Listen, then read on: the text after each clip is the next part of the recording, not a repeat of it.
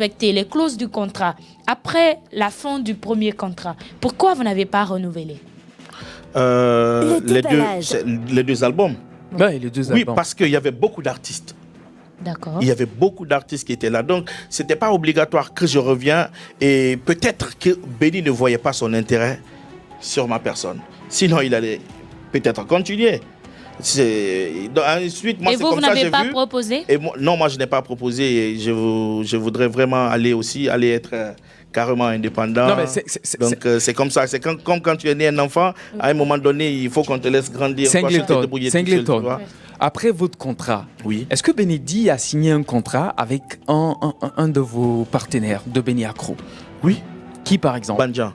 Oui. Quand Bandia a signé, je n'étais pas son là. album. Vous n'étiez plus là? Je n'étais pas là. D'accord. Il a été le seul? Après Bandia... Parce qu'après, je crois que c'était ses enfants maintenant. Non, ses enfants étaient là depuis. Donc ça, c'était pas dans Benny Accro. Ils étaient là. C'était pas comme ça se passait avec nous. Et ça, tout à fait. Ça, c'est un truc normal et naturel, tu vois. Si tu aimes bien ton enfant et que ton enfant fait quelque chose, ça n'a rien à voir avec un travail professionnel. Donc ça ne devrait pas déranger le crew et ça n'a rien à voir. Ça revient à la même chose quand Steve, ça a été Bandia seul. Ça a été, voilà, moi, si je me rappelle bien... Ils étaient nombreux. Il y avait beaucoup, on était au nombre de 16. Donc, il est très difficile de suivre le de près. Voilà pourquoi il y avait beaucoup de bons artistes dans Benny Accro. Tout le monde était super bon. Mais le problème, c'est quoi? Le talent, il est différent d'un artiste à succès. D'accord. Et c'est ça que les gens doivent comprendre. Et vous étiez un artiste à succès? Moi, je suis un artiste très talentueux et... succès. Les autres, non, je n'ai pas dit ça. Quand je parle de moi, je parle de ce que je sais de moi parce que je me suis trouvé comme ça. C'est Dieu qui m'a donné... Une dernière question avant de laisser Doucouré poser la question. Est-ce qu'il y a eu des artistes que Benny n'a pas signé sous contrat? Oui, bien sûr que oui. Qui, par exemple? Il y avait Phénomène, Dansa la Singa, il y avait Bunjala avait... Voilà, il y avait Bunjala, il y avait... D'accord. Il y avait beaucoup, ils étaient beaucoup. Ok. Ils n'étaient pas sous contrat. Mais les gens voudraient que Benny leur sorte obligatoirement. Et il n'y avait pas un contrat. Et même si Benny parce qu'à un moment donné, il disait, ouais, on va sortir tout le monde, oui, on va sortir tout le monde. Donc si tu l'obliges à sortir, est-ce qu'il y a un contrat verbal qui existe? Ça n'existe pas. Ça n'existe pas. En tout cas, c'est tout sauf professionnel. Voilà. Une dernière question sur le pan. C'est professionnellement, ça n'existe pas. Une dernière question sur cet aspect avant qu'on aille sur le second aspect. Au niveau de la production, puisqu'on le disait tout à l'heure là, il y avait beaucoup d'artistes dans Benny Accro. Oui. D'accord. Et Steve n'a cessé de le rappeler. D'accord. Avant son départ, ce qu'il a dit. Et hier, quand on l'a reçu sur nos antennes, ce sont les mêmes propos qu'il a tenus encore, que son contrat, d'accord, n'a pas été respecté. Au niveau de la production, moi, je voudrais savoir comment ça se passait la production des artistes au sein de Benny Accro. Est-ce que c'était de tour à tour, de rôle à rôle ou comment? Ça, c'est la première question. Et la deuxième question, après, on va parler de la dislocation. Mais avant, j'aimerais vous entendre sur ça. Comment la production se passait? Je suis un commerçant. Je cherche de l'argent. Et voilà, tu es là, tu ne fais pas mon affaire. Je ne mets pas mon argent sur toi. C'est clair. C'est clair. Même s'il y a un... Benny n'avait pas le contrat avec tout le monde. Voilà. Donc le contrat c'était avec certaines personnes. Si tu fais l'affaire, on te produit. Et c'est comme ça que ça se passait. Bon, Steve a commencé des problèmes à un moment donné où on ne lui reconnaît pas. Parce que quand Steve est venu chez Benny Accro, chez nous, tu vois, parce qu'il est venu nous trouver là-bas. Quand il est venu, il était sans extrait de naissance. Il était sans carte d'identité. Il était sans passeport. Singleton. Bah oui, mais non, le jeune frère, c'était luxe. Il n'avait aucun papier. Oui, il n'avait aucun papier quand Steve est venu. D'accord. Attendez. Bah oui, le laisser aller. C'est trop, c'est grave. Non, mais quand je dis ça, si je dis ça, c'est parce que j'ai vraiment écouté le petit parler. Je ne lui reconnais pas. Quand Steve est venu, il était propre. Mais je ne sais pas comment c'est parti avec la drogue. Monsieur Mullier, c'est comme ça. Et quand, oui, mais attends, mais moi je suis là jusqu'à présent. Aujourd'hui, je ne suis pas obligé de boire. Je ne fume pas. Je ne bois pas de la bière. Je ne fume pas de la drogue. Je suis clean. Ouais. Mais dans ce milieu, il y a toujours... Moi, je connais beaucoup de gens. Dans ce mouvement, j'ai beaucoup d'amis qui fument du joint. Ouais. Mais ils sont droits. Ils sont droits. Mais quand on prend Steve, Depuis que le petit il a commencé à fumer, et tout a changé. D'accord. Tout a changé. Vous dites que depuis qu'il a commencé à fumer, tout a changé. Singleton. Il respectait personne. C'est vous qui avez envoyé Steve One Locks dans Beniakou. Il marchait plus avec moi. Quand tu fais un groupe, quand tu fais un groupe de 5 personnes, il y a forcément 2 qui se mettent ensemble, il y a 3 qui se mettent ensemble. Il s'est mis ensemble avec qui? Et quand ça a commencé, il y a Steve qui a commencé à marcher avec. Maintenant, il était avec Baba Samba et Bandjan. D'accord. Tu vois, donc Baba Samba, je peux que son âme repose en paix. Par contre, ça, je peux rien dire sur lui. Tu vois. Singleton n'avait plus quand on commence à parler sur lui. Des personnes avec qui il marchait maintenant, c'est pourquoi quand il y a toujours eu des problèmes, il m'a toujours insulté avec ces gens. Pourtant, moi, j'ai toujours été clément avec ces gens. D'accord. Quand Bandjan est tombé malade ou bien quand il y a eu toujours des problèmes, tu vois, j'étais toujours là. C'est toujours là. Quand il y avait des problèmes, quand il y avait des problèmes non, attends, il faut qu'on parle. Ouais. Quand il y avait des trucs pour dire ouais, voilà, ça ne va pas, c'est moi qui donnais de l'argent. Ils sont tous, ils le savent. Vous avez donné de l'argent pour régler certains problèmes de ces gars. Quand ça n'allait pas, c'est moi qui donnais de l'argent. C'était moi le patron. C'est moi qui donnais de l'argent. Ils le savent. Même des chaussures quand ils viennent à la maison. Tu sais, je ne le dis pas parce que je suis en train de dire tous les bienfaits que j'ai faits. Mais il faut que je le dise parce qu'ils sont allés très loin.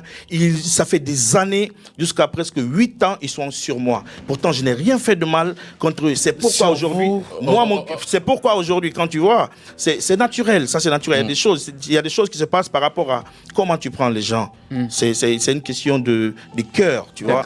Ça ne veut pas dire que je sais chanter plus que tous ces gens-là. Mais si je suis là aujourd'hui, c'est parce que j'ai toujours été propre avec eux. Mais eux, ils ont été surnoms avec moi. Et c'est pourquoi aujourd'hui, tout ce qu'ils prennent, ça va où? La question. Ça va où? J'ai entendu Steve dire ici, moi je mange Singleton sur n'importe quel instrumental. Mais vous êtes tous témoins. On va vérifier ça d'ailleurs. Il a dit mon papa. Alors, vous savez, est-ce que vous pouvez citer ici 3 chansons de Steve One Locks que vous avez connues? Évidemment. Moi, non. 13 C'est la question que moi je voudrais poser. Et Dream récemment avec Boucher Faya. C'est allé Koumi également. Moustapha, on le sait quand même. Les artistes qui sont qui viennent de Beniracrou, on sait qui sont sur YouTube. J'ai sorti combien de tubes en Guinée? Jusqu'à présent, je suis là. Et vous allez toujours rester là.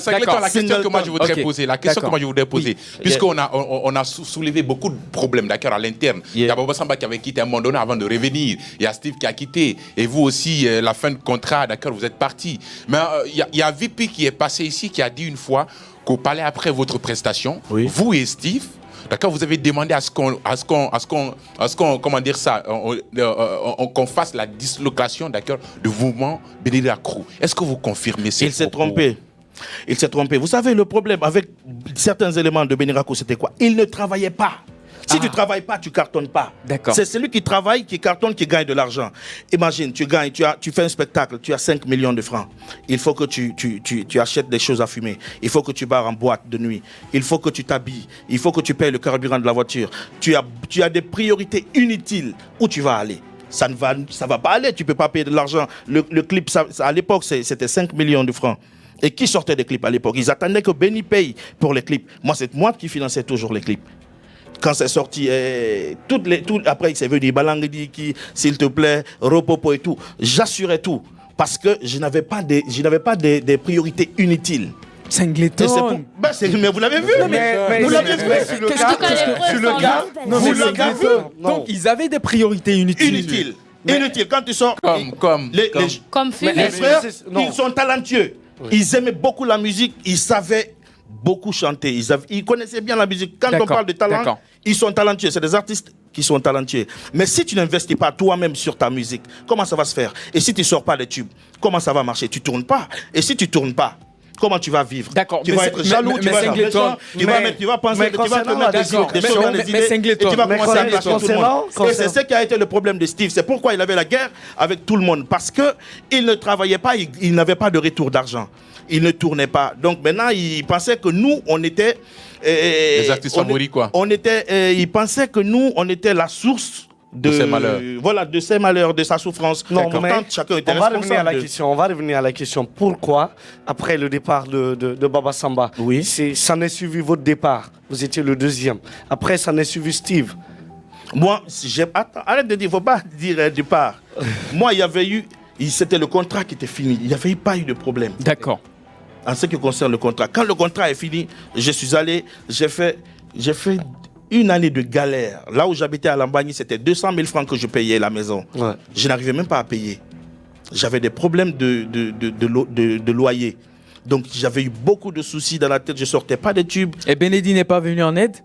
Non, mais le contrat était fini. Est-ce que c'était obligé qu'il allait si je lui demandais pas? Il y a le côté humain. Toujours. Oui, mais si je ne lui demandais pas. D'accord. C'était ça aussi le problème. Après, c'est comme ça. C'est comme ça. Je suis resté en galère jusqu'à un jour, j'ai fait un son qu'on appelle Arouni Garing. C'est là-bas que tout a commencé. Après, j'ai commencé à faire les enchaînements. D'accord. Et selon vous, qu'est-ce qui a détruit le groupe Béni Rakrou? À un moment donné, il y avait de la lâcheté. Ah. Carrément. Parce que moi, quand je suis quitté chez Béni, à un moment donné, il y a eu des problèmes. Parlez-nous-en. Il y a eu des clashs que toute la Guinée a vu. Et c'est normal que quand deux personnes se mettent ensemble, à un moment donné, ça pouvait aller à gauche et à droite, tu vois. Ouais. Et il y avait des gens de Béni Rakrou qui étaient d'accord avec moi et qui travaillaient avec Béni. Ouais. On a continué quand ça se passait mal avec Béni. Parce que quand tu me faisais des clashs, c'est pas eux que je clashais, c'était Béni je clashais. D'accord. C'était pour leur faire mal. Et pour que Béni leur dise aussi d'arrêter. Donc c'est comme ça, c'est parti. Pourquoi j'ai dit que c'était de la lâcheté? Et on se rencontrait dans la rue et il me saluait, il me disait bonjour. Quand moi j'étais avec des gens, je disais, mais regarde ces gens-là. Comment ça se passe? Moi je ne travaille pas comme ça. Moi quand j'étais avec Béni, à un moment donné, je me rappelle, c'était à Kipé, à la station Haute-Fraîche. Il y a quelqu'un qui m'a insulté et Béni est venu se jeter sur lui. Et ça s'est fait plusieurs fois. Donc si je travaille avec Béni, quelqu'un l'insulte, je travaille avec Béni, mais je ne te laisse pas tomber. C'est pas seulement, tout se règle pas tout se règle pas en musique. Ça se passe dans la rue aussi. Ouais. Parce que la musique, ça vient de la rue. C'est comme le football, ça vient de la rue, le basket et tout. D'accord. Donc ça peut se régler autrement. On ne peut pas prendre des flingues et tout, parce que donc, vous avez trouvé de la lâcheté. Bien sûr, j'ai trouvé ça lâche. Moi, quand je suis avec toi, quelqu'un te fait la guerre, mais on va faire la guerre de toutes les manières. Parce que je sais que Béni, et on a envie de savoir, quand vous parlez de lâcheté, qui était? C'était tout. Tous les autres tous les autres qui étaient en guerre avec moi. Non, VP, il n'y a jamais eu de problème. Steve Bandian, c'est quand il m'a insulté. Bandian ne m'avait jamais insulté. C'est le jour où il m'a insulté. Le lendemain, j'ai fait la paix avec Béni. Et parce que Béni, il sait qui je suis. Il sait que je suis une personne. Et quand on se met ensemble, on est comme ça. Donc, il sait que je suis une personne très propre et très honnête. Évidemment, si je suis avec lui, vous avez parlé de faire la paix. Vous avez parlé de faire la paix avec Béni. Quand Béni, tu te mets avec Béni, c'est un genre de personne qui est prêt à mourir pour un frère. D'accord. Et ce genre de personne qui fait ça pour moi, je suis capable de mourir aussi pour ce frère. De faire la même chose. Et donc, c'est ce qu'il devrait faire. On va revenir sur une chose. Excusez-moi, moi, quand je travaille avec Béni, c'est pourquoi aujourd'hui, il y a de très bons liens. Et ça se passe très bien. D'accord. C'est mon frère. Il a même donné le nom de sa place publique au grand frère. Oui, c'est une sorte de reconnaissance. Parce que c'est lui qui a fabriqué la marque C'est lui. Excusez-moi, la marque Singleton. Mais ce que je ne comprends pas, c'était l'enfant chéri de Béni. On n'a jamais compris ça. On n'a jamais compris ça. Béni, c'est mon père. Pourquoi vous avez sorti les griffes après? Vous avez fait un tube qui avait réellement touché. C'était parti plus loin. Ça n'a rien à voir. Ça s'est passé. Non, mais on a envie de comprendre ça. On a envie de comprendre. Pourquoi vous avez fait ça? Qu'est-ce qui a motivé? Parce qu'à un moment donné, on avait même vu Tamsir avec Benedi. Et on a appris que Tamsir avait été recruté pour faire front. Laisse-moi te dire ça. Tamsir, déjà, c'est un jeune artiste. C'est un très bon artiste. Voilà, c'est un très bon artiste. L'injure de la chanson. Quand Tamsir, déjà, souvenir que j'ai de lui, la première fois qu'on s'est rencontrés, il a dit tu es mon artiste préféré. Quand je chante aujourd'hui, il était avec Angelo, et moi j'écoute beaucoup tes chansons, tu m'inspires beaucoup. Il me l'a dit, c'était une fois comme ça, tu vois, quand on s'est vu, je l'ai encouragé et tout. Et quand c'est arrivé, j'ai écrit sur ma page Facebook, ah bon, petit, je sais que tu es venu, là où tu es venu, tu es un bon soldat et c'est comme ça que ça fonctionne. Je te donne un gros big up pour ta mission. Et c'est comme ça que ça doit se passer quand tu es avec quelqu'un qui est prêt à mourir pour toi. Oui. Et moi, je suis ce genre de personne personne. Après, quand on est ensemble, dès que quelqu'un décompte sur toi, je décompte sur lui. Après, pourquoi vous l'avez fumé? Votre mentor qui a toujours été là pour vous. Bon, tu sais, comme je t'ai dit, à un moment donné, c'est des choses qui peuvent arriver. Oui, mais c'était quoi le problème? Mais quand je l'ai fait, moi je faisais tout ça. Moi j'avais regretté à moi. Non, quand j'ai eu des regrets. Parce que c'est quelqu'un qui m'a aidé. Et me voir en guerre avec lui, il fallait que je le fasse. Tu vois. Est-ce qu'il y avait des gens derrière? Oui, il fallait que je le fasse. Parce qu'il y a des paix, pour en avoir, il faut faire la guerre. C'est vrai. Et tu vois, parce que vous souffrez en silence. Quand moi je travaille avec Béni, je me sens très bien. Et ça se voit en lui. Non, parce que vous avez souffert en silence, vous avez profité des avantages que vous avez eus, et c'était votre manière pour vous d'extérioriser tout ce que vous avez au fond de vous. Moi, en tout cas, c'est tout ce qui est arrivé, j'ai beaucoup regretté et tout, parce que c'est lui qui a fabriqué la marque Singleton. Quand j'ai levé la main, il n'y avait personne pour me prendre, c'est lui qui a pris ma main. Après, vous l'avez descendu. L'or est sorti de la main. Après, vous l'avez descendu. Non. Après, vous l'avez descendu, mais le problème, c'est que Kaba, tu sais qu'est-ce qui explique tout ça? C'est parce qu'il y avait de la frustration. Il a dit, pour faire de la paix... La frustration, Moustapha. Quand je dis la frustration, c'est qu'il souffrait. Il souffrait en masse. Après tout le succès qu'il a enregistré, tous les avantages qu'il a eu, il a tourné un peu partout, on a parlé de lui, mais financièrement, il ne se retrouvait pas. Il avait du mal à jouer. Ça, c'était de ma faute à moi. Tu vois, ça c'est notre débat. Ça, c'était de ma faute à moi. Bon, quand un artiste fait des choses et à un moment donné, tu n'économises pas, tu t'amuses et tu peux perdre la tête. Tu peux perdre le repère. À la situation et quand tu perds le repère, vite fait, tu peux déconner sur tout le monde. Et voilà le grand problème avec des gens quand ils sont dans ce genre de trucs qui fait très mal. Et c'est ce qui est arrivé à Steve. Quand il n'y avait plus d'argent, donc il croyait que les gens étaient responsables de sa souffrance. Donc il s'attaquait à tout le monde. Mais que répondez-vous? C'est bon.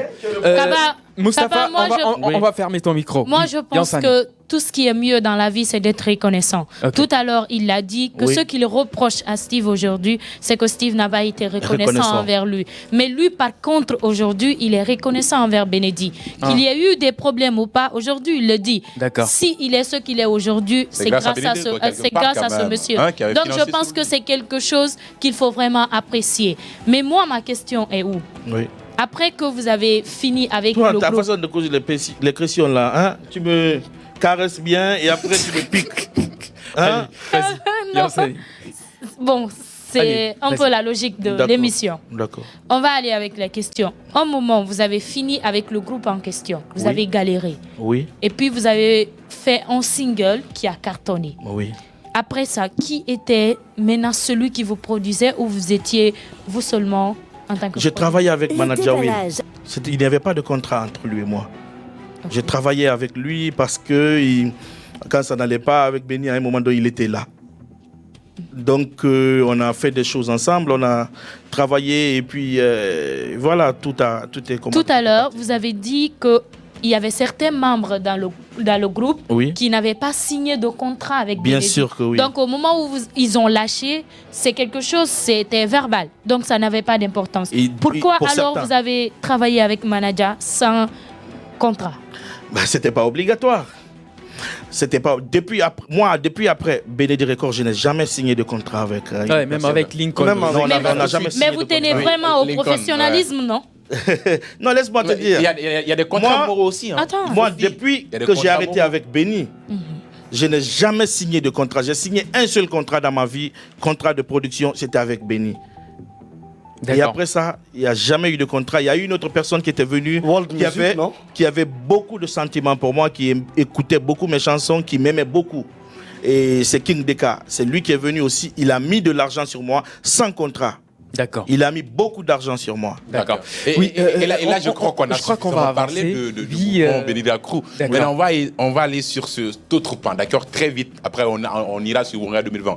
Hadi Précis, affaire Hadi Précis. Hadi Précis. Oui, à un moment donné, on a été témoin oculaire d'ailleurs de cette guéguerre entre vous et Steve, d'accord, où vous le pointez du doigt d'être complice de Hadi Précis. Oui. Est-ce que vous, en ce moment, vous aviez des preuves justement tangibles pour dire que vraiment il faisait partie de l'équipe qui était derrière Hadi Précis? Comme je vous l'ai dit tout à l'heure, moi je ne lâche pas les gens.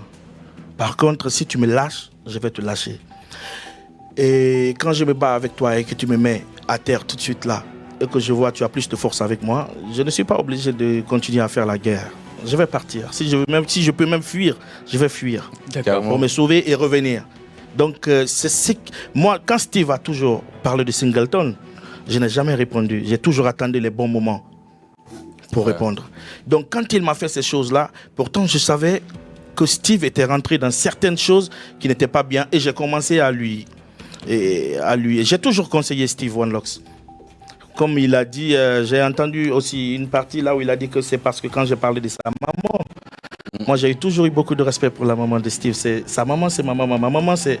Et quand Steve vient à la maison, la famille. D'accord. Tu vois, j'avais dit dans une radio que sa maman m'avait confié Steve. Elle a dit, tu vois. Donc c'est comme ça, ça a toujours été. Et c'est dans cette logique-là, j'ai toujours été. Tu vois, quand il est rentré dans des choses, il m'a insulté. Et quand le problème est arrivé, j'ai commencé aussi à soulever parce qu'il a toujours été comme ça. Pour moi, je ne suis pas un maudit pour rester toujours en bas. Donc Steve, quand il avait déjà eu une voiture, on a vu Steve dans une voiture, on sait que ça tourne pas, on sait qu'il ne gagne pas de l'argent. C'était une voiture Nissan Qashqai. Il y a VP de Beniraco qui le savait. Je le savais, il y avait certains éléments avec lesquels il traînait. Steve sortait avec la fille. Et on est resté au courant que la voiture, c'était une voiture volée à Bruxelles. Avec la fille en question. Non, je ne vais pas dire que c'est la fille qui a volé la voiture. Non, je vais pas... Steve sortait avec la fille en question. Avec une fille, exactement. Il sortait avec une fille. Avec cette fille, avec Hadja Précis. Voilà, exactement. D'accord. Donc il y a une voiture Nissan Qashqai qui est venue de Bruxelles. C'était une voiture volée. J'ai appelé Steve à ma porte. Je lui ai dit, essaye-toi de te débarrasser des choses pareilles. C'est pas bien pour toi. Je lui ai donné beaucoup de conseils auxquels je me rappelle pas aujourd'hui. Mais en tout cas, tout ce qui est positif, je lui ai dit. Et cette voiture, c'est Interpol qui a récupéré la voiture. Après, oui, bien sûr. Après, à un moment donné, ils ont fait comme si c'était la famille de la fille. Je savais, je me situe. Et à un moment donné, il y a d'autres problèmes, il y a d'autres personnalités dans ce pays auxquelles Steve a travaillé avec la fille pour escroquer de l'argent. Oh mon Dieu. À part Dansoko. À part le problème Dansoko qu'on savait bien.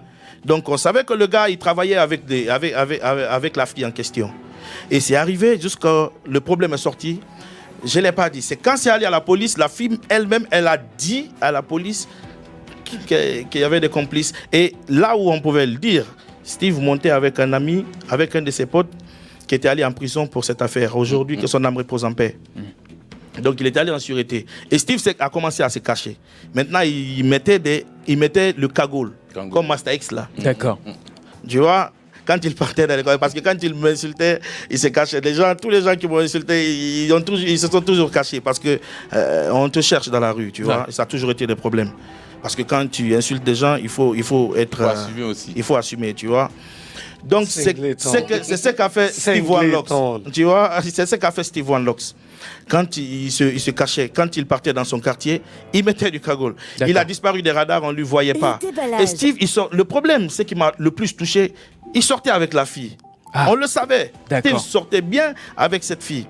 Donc, quand il y a eu des problèmes, il n'a pas soutenu la fille. Il devait être là pour vous. Il n'a pas fait de publication pour la fille. Il n'a pas soutenu. Il est resté calme. Ouais, mais il s'est caché. Il n'a rien fait. Oui, mais moi, quand je sors avec quelqu'un, quand l'amour universel, tu sors avec quelqu'un, vous vous mettez ensemble. En tout cas, j'ai montré à tout le monde que je sors avec toi. Si tu as un problème, je ne te lâche pas. D'accord. Et Steve a lâché la fille. Et c'est ce que vous a choqué. Il a lâché la fille seule dans ce problème. La fille, elle est partie en prison. Mais c'était une lâcheté. Et le gars, il a quitté dans ça et tout. Il est resté. Il y a eu des petits problèmes. Et quand on en parle, il dit Singleton, il est jaloux, il est haineux. Jaloux en quoi? D'accord. Je suis un père de famille bien rempli. La question, Moustapha, c'est bien beau d'entendre tout ça. C'est la révélation que Singleton est en train de faire. Oui. C'est vrai que c'est des choses vraiment qui choquent. Parce que avoir un artiste se livrer à de telles activités, c'est ce que Steve faisait. Et ça, je ne mens pas. Non, mais est-ce que le cas de Hadia, je crois précis était Moustapha, pardon. Mais qui est parti en prison? C'est celui qui conduit la voiture de Steve, celui qui dort avec Steve. C'est avec lui il monte, c'est avec lui il descend, c'est avec lui il est parti. Mais ça, c'était le cas de la voiture. La sûreté. Mais ça, c'était le cas de la voiture. Quelle voiture? Non, après la voiture. On parle de 3 000 € pour l'opérateur économique. Est-ce que c'était Steve aussi également? Exactement. C'était la meuf de Steve. Oui, mais c'est l'ami de Steve qui est parti en prison. Ils sont partis à la banque. Quand la fille est partie pour prendre de l'argent en banque, Steve était quelque part arrêté. Et avec les autres étaient là. Dès qu'on les a arrêtés, il a pris la poudre d'escampette. Alors, Singleton. Singleton. Est-ce que vous étiez au courant de tout ça? Est-ce que vous avez les preuves de tout ce que vous avancez? Il le sait. Steve le sait, je sais. Que la fille, elle a dit le nom des gens à la police. Pourquoi Steve se cachait? Pourquoi? Est-ce qu'elle a fait citer le nom de Steve? Laisse tomber. Ça a été dit par la presse à Guinée. C'est pas moi qui l'ai dit. Singleton. On va voir sur Internet. Singleton. On va marquer une courte pause. On va à la publicité. C'est important. Allez.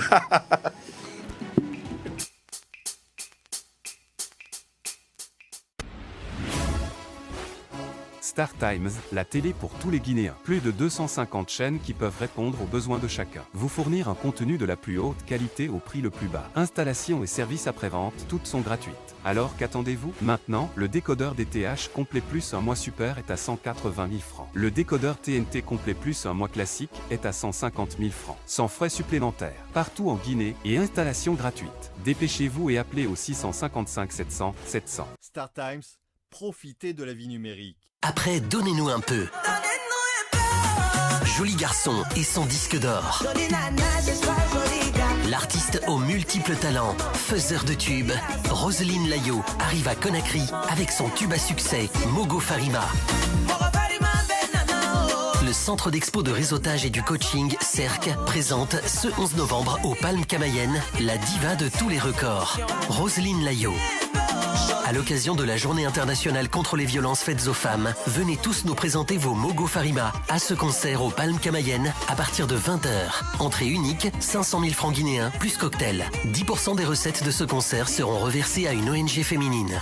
Infoline 664 209 342 ou 623 932 912. Vous cherchez une solution fiable à vos besoins en communication ? Vous voulez booster votre pack client pour accroître votre chiffre d'affaires? Un seul choix, Happy Media Guinée. En version télé, radio et site d'information, Happy Media Guinée, c'est la garantie d'être écouté, lu et vu où vous voulez, quand vous voulez et comme vous voulez. Rendez-vous à Taouya derrière le marché. Vous pouvez également nous écrire sur l'adresse contact@happymediaguinée.com. Happy Media, votre joie commence forcément chez nous. Happy TV, du lundi au jeudi de 14h à 15h30, en direct sur tous nos canaux de diffusion. Happy Media, ici on déballe tout. Ici on déballe tout sans langue de bois.